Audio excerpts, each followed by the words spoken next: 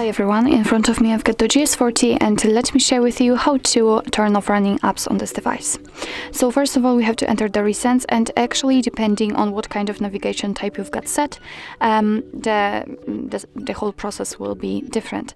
So if you've got the buttons just like me, just up on this let's say strange icon, and you will be able to open the recents. But if you've got the gesture set, then just swipe your finger up gently and hold it somewhere here and the recents will appear here.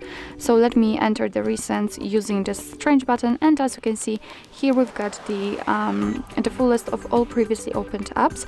So of course you can turn off only one of it just by tapping on this X button right next to actually not right next to it.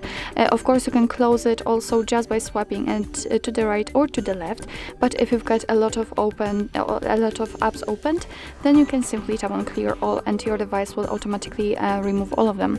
So we just go back to the home page, so let's enter the recents to check, and here we've got no recent items, so it means that we just successfully closed all running apps.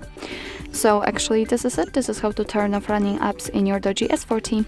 Thank you so much for watching. I hope that this video was helpful, and if it was, please hit the subscribe button and leave the thumbs up.